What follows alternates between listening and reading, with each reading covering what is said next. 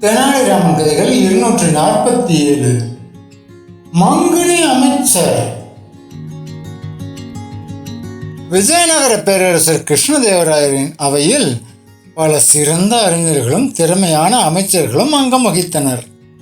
இருந்தபோதிலும் அரசவையில் புதிதாக பொறுப்பேற்ற ஒரு அமைச்சர் மட்டும் தன் விசித்திரமான மற்றும் முட்டாள்தனமான கருத்துக்களால் அனைவரையும் தொடர்ந்து எரிச்சலடைய செய்து வந்தார்.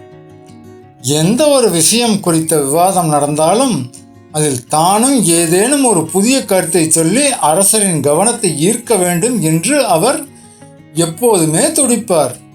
ஆனால் அவர் கூறும் யோசனைகள் அனைத்தும் துளியும் நடைமுறைக்கு ஒத்து வராத வகையிலேயே இருக்கும். இதனால் அவையில் இருந்த மற்ற அனைவரும் அவரை தங்களுக்குள் மங்குனி அமைச்சர் என்று கேலியாக அழைத்து வந்தனர். ஒரு முறை கோடை காலம் நெருங்கிய போது அரண்மனை செலவுகளை குறைப்பது குறித்து அரசவையில் மிக தீவிரமான விவாதம் ஒன்று நடைபெற்று கொண்டிருந்தது. அப்போது அந்த மங்குனி அமைச்சர் வழக்கம் போல மிகுந்த பெருமையுடன் எழுந்து நின்றார். மாமன்னா, நமது அரண்மனையில் இரவில் வெளிச்சத்திற்காக ஏராளமான எண்ணெயும் பெரிய பெரிய விளக்குகளும் வீணாகிக் கொண்டிருக்கின்றன. இதற்கு பதிலாக ஒரு அருமையான மாற்று திட்டம் என்னிடம் உள்ளது. நமது காவலாளிகளை அடர்ந்த காடுகளுக்குள் அனுப்பி அங்குள்ள லட்சக்கணக்கான மின்மணி பூச்சிகளை பிடித்து வரச் சொல்வோம். அப்படி பிடித்து வரும் அந்த மின்மணி பூச்சிகளை பெரிய பெரிய கண்ணாடி குடுவைகளில் அடைத்து அரண்மனை முழுவதும் ஆங்காங்கே தொங்கவிட்டால் இரவு முழுவதும் நமக்கு முற்றிலும் இலவசமாகவே வெளிச்சம் கிடைக்கும். இதனால் நமது கருவூலத்தின் எண்ணெய் செலவு முழுமையாக மிச்சமாகும் என்று மிகவும் உற்சாகமாக கூறினார். இந்த விசித்திரமான யோசனையை கேட்டதும் அங்கிருந்த சில அமைச்சர்கள் வாய்ப்புத்தி சிரிக்கத் தொடங்கினர். அரசர் சற்றே குழப்பமடைந்து இதை எப்படி செயல்படுத்துவது என சிந்திக்கத் தொடங்கினார். இதை கவனித்தவுடனே தெனாலிராமன் தன் இருக்கையிலிருந்து எழுந்து, மன்னா, அமைச்சரின் யோசனை கேட்பதற்கு மிகவும் பிரமாதமாகத்தான் இருக்கிறது. ஆனால் இதில் ஒரு பெரிய நடைமுறை சிக்கல் ஒளிந்துள்ளது.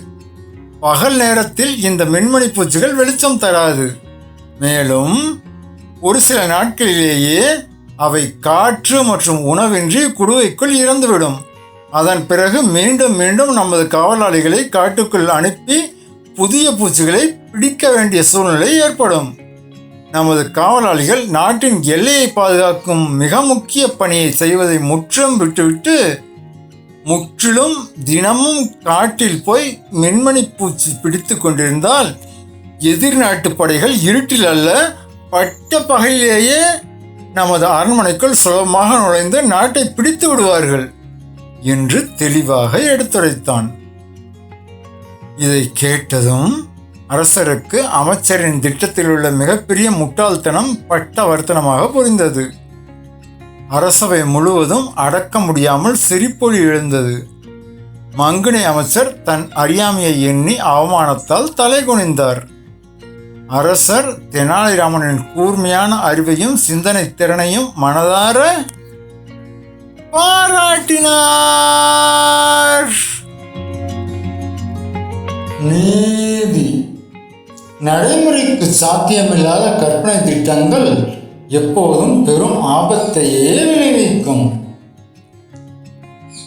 நண்பர்களே, உங்களுக்கு பிடிச்ச தலைப்பை கமெண்ட்ல சொல்லிட்டு போங்க. நாளைக்கு அந்த தலைப்பில் தெனாலிராமன் கதை வரும். அதுக்கு முன்னாடி இந்த சேனலுக்கு சப்ஸ்கிரைப் பண்ணுங்க, லைக் பண்ணுங்க, கமெண்ட் பண்ணுங்க.